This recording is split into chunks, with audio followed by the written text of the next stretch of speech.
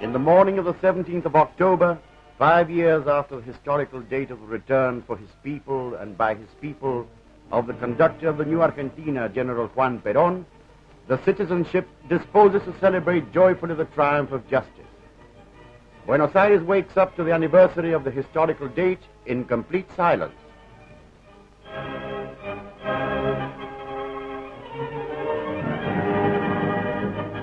The act commences with the hoisting of the national flag in the historical Plaza de Mayo. The Minister of Labor, authorities of the General Confederation of Labor, and Latin American delegates surround the mast.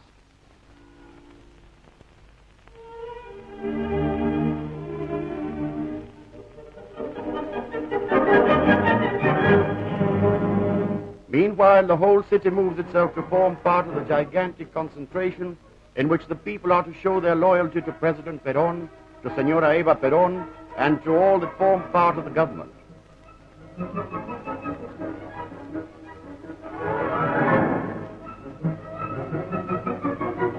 They live a day of rejoicing. The people show it by shouting the name of their leader, who for the first time in their history gave them the benefits of those who live under a flag of peace, liberty, and labor.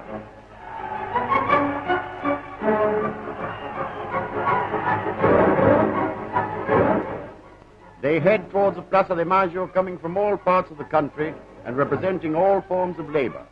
One sole brotherly sentiment unites them in the new Argentina of Perón. They are moved by a spontaneous impulse. They are guided by a sense of gratitude. Men who love their country and who now see it big and strong, completely free and sovereign.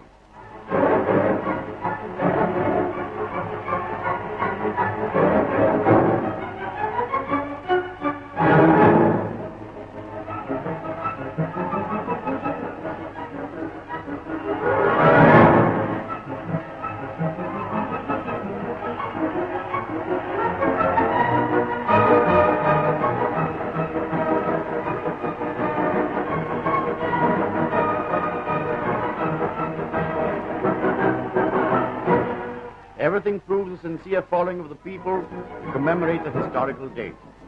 The symbolic suspension of work of the means of transport throughout the country express such a sentiment. Thousands and thousands proclaiming the ideals they proudly sustain, now more than ever, of being Argentines, are on the spot where the concentration takes place.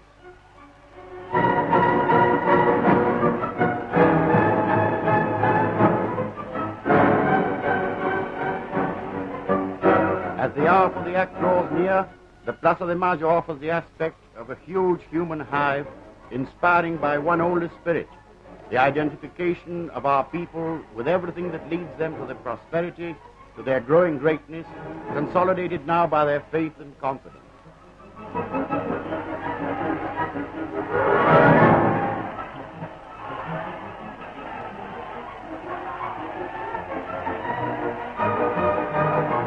The day arrives at its culminating moment on the 5th anniversary of the return of the leader. The aspect offered on the historical site is imposing. Hundreds of thousands of citizens are prepared to listen to the words of their leaders and of the General Secretary of Labor.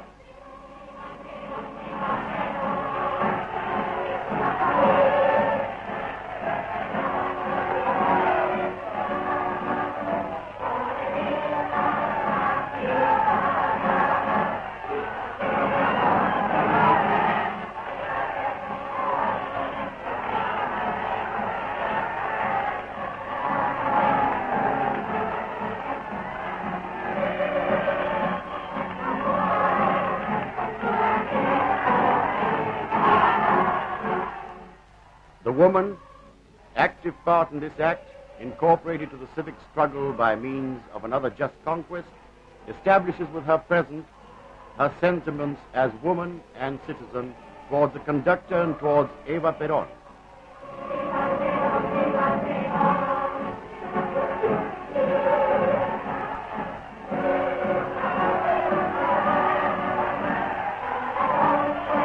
The First Lady of Argentina now speaks to the people. Eva Perón expresses, "Let us joyfully tear down the dark orphanages to build up the white walls of the children's city, of the home schools, of the transit homes, of the home for the women employees and for old people, of the student city, of the university city, colonies for vacations, maternity homes, schools and scholars' dining rooms. We swept with our broom of justice the huts and mud wall houses and bettered the workmen's quarters demanded by social dignity and by our laboring masses.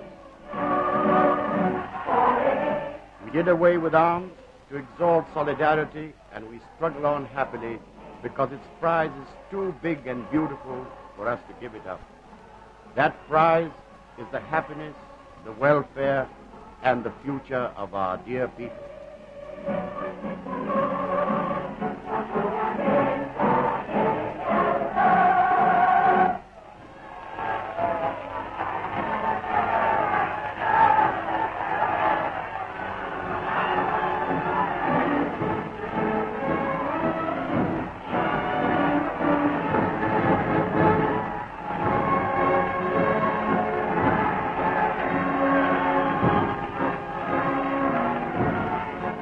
Before the indescribable clam of the huge multitude, General Perón speaks, and after proclaiming the 20 truths of the Peronista justice, he expresses,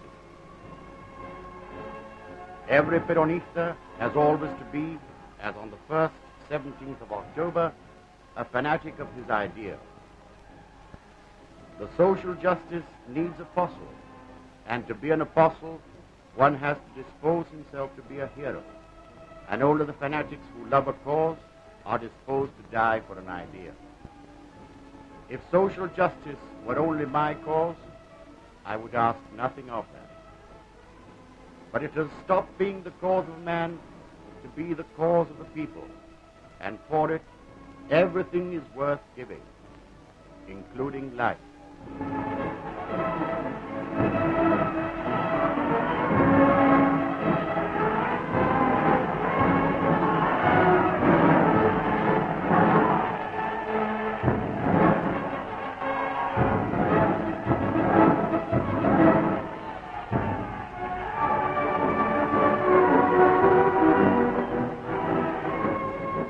Gave their hearts in the Plaza de Mayo, consecrating with their voice of history the social justice of Perón. That is why the President of the Argentines could assure that in this land the best we have is the people.